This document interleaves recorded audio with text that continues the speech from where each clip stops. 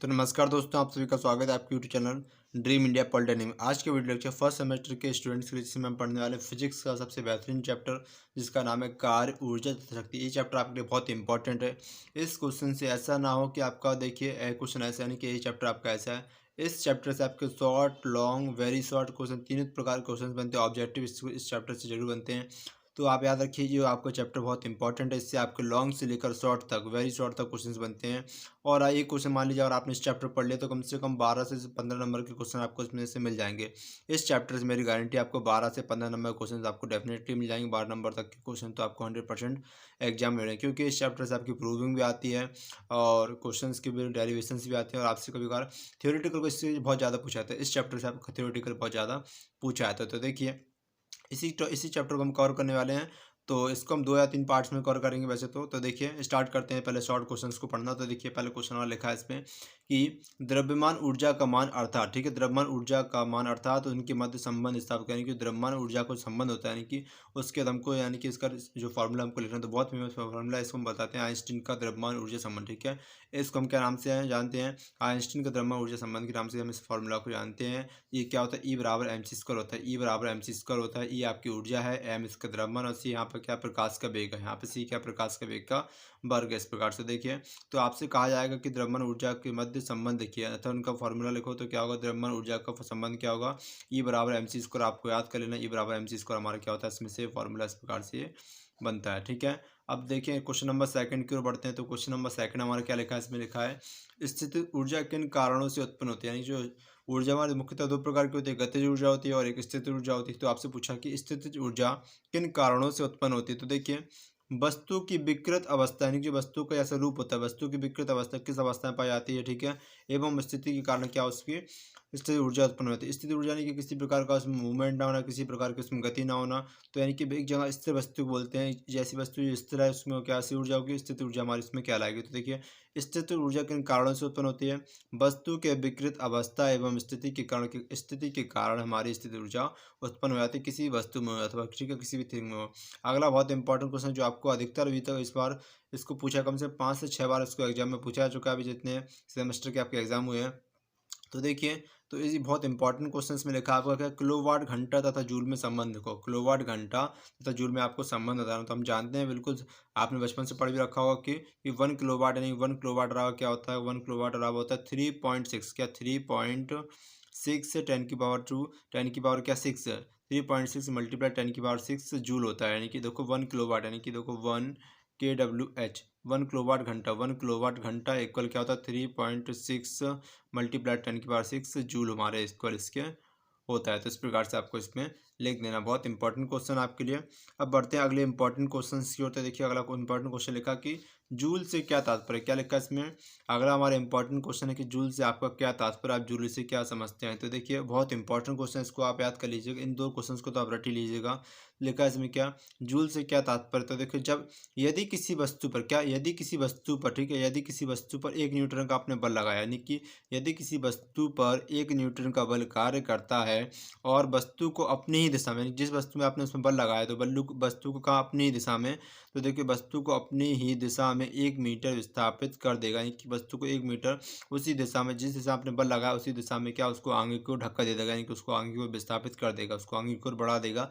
तो यदि किसी वस्तु पर 1 न्यूटन का बल कार्य करता है और वस्तु को अपनी ही दिशा में 1 मीटर क्या विस्थापित कर देता है, तो बल द्वारा, ठीक है, तो बल द्वारा किया गया कार्य, तो बल द्वारा किया गया कार्य क्या 1 जूल कहलाता है। बल द्वारा किया गया कार्य हमारा कितना? 1 जूल कहलाता है। देखिए 1 जूल बराबर क्या होता है हमारा? 1 जूल बराबर आप इसको हिंदी में लिख सकते हैं कि 1 जूल बराबर क्या होता है? 1 न्यूटन गुणे 1 मीटर, यानी कि 1 जूल बराबर 1 जूल किसके बराबर होता है? 1 न्यूटन का आपने बल लगाया तो उसी बल की दिशा में 1 मीटर वस्तु आपकी विस्थापित हो जाती है। उसका मतलब क्या हो जाएगा? 1 जूल बराबर 1 न्यूटन मीटर। इस प्रकार से हमारा इसका आंसर बन जाएगा 1 न्यूटन मीटर, हमारा इस प्रकार से इसका आंसर बन जाएगा। तो देखिए अगले क्वेश्चन की बढ़ते हैं इंपॉर्टेंट क्वेश्चन। तो देखिए नेक्स्ट नंबर क्वेश्चन लिखा हमारा कि ब्राह्म कोण से आप क्या तात्पर्य है, यानी कि ब्राह्म कोण होता है उससे आपका क्या तात्पर्य है। बहुत इंपॉर्टेंट क्वेश्चन है, बहुत ही हॉट क्वेश्चन। देखिए इसमें लिखा आपका क्या कि ब्राह्म कोण से आपका क्या तात्पर्य। तो देखिए जब किसी आनत तल, जब यानी कि बिल्कुल समतल तल होता है, इसी प्रकार से आनत तल यानी कि झुका हुआ तल, ठीक है, आनत तल का क्या होता है? जैसे आपका स्लाइडिंग रोड है, इसको क्या बोलेंगे? आनत तल, ठीक है, इसको बोलेंगे आनत तल। ठीक है, तो समझ गए। जब किसी आनत तल का क्षैतिज से, देखो ये आनत तल है, इसका क्षैतिज क्षैतिज होगा ना।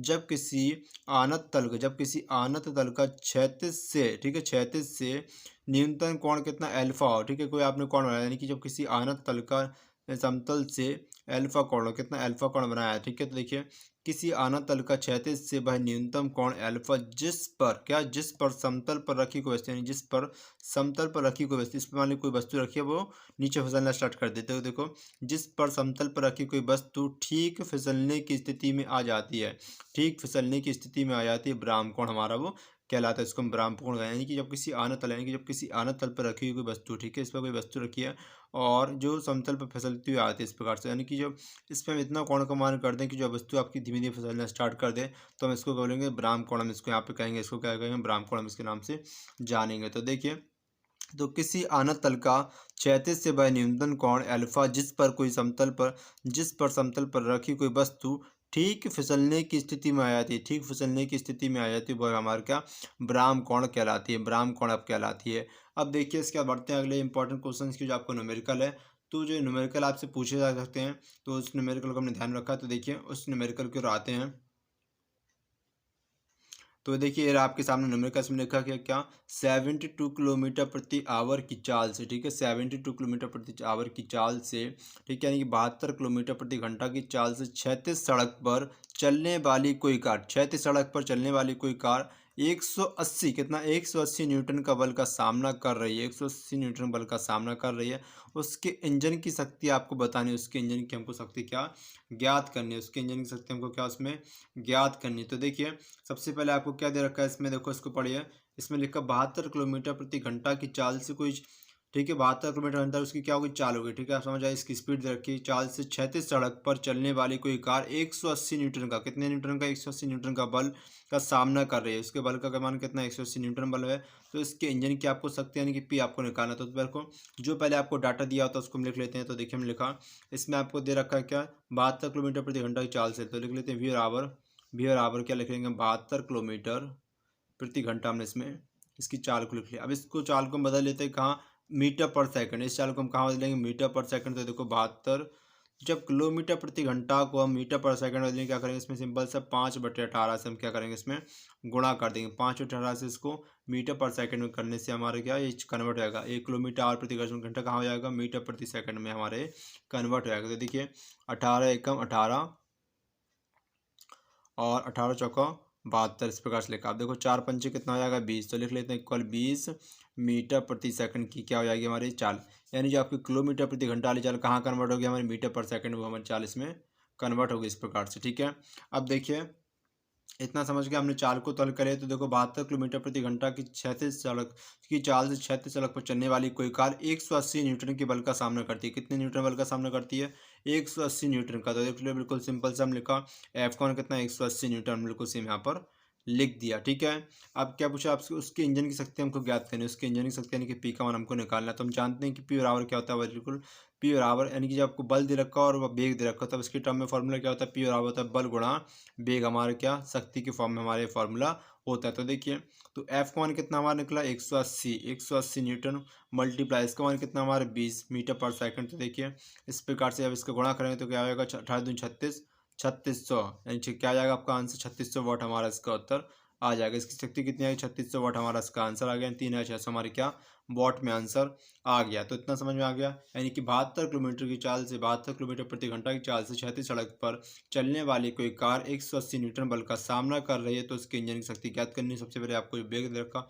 उसको हम कहाँ कन्वर्ट करें, मीटर पर सेकंड की सिंपल यूनिट में उसको चेंज कर लें। तो 72 में गुणा करेंगे, 5 और 18 का गुणा करेंगे, तो इस प्रकार से 18 एकम 18, 18 चौका 72 किया, 4 पंचे 20 किया, तो यानी कि 20 आपका 1 किलोमीटर प्रति घंटा कहाँ कन्वर्ट होगा 20 मीटर पर सेकंड में हमारा ये कन्वर्ट हो गया।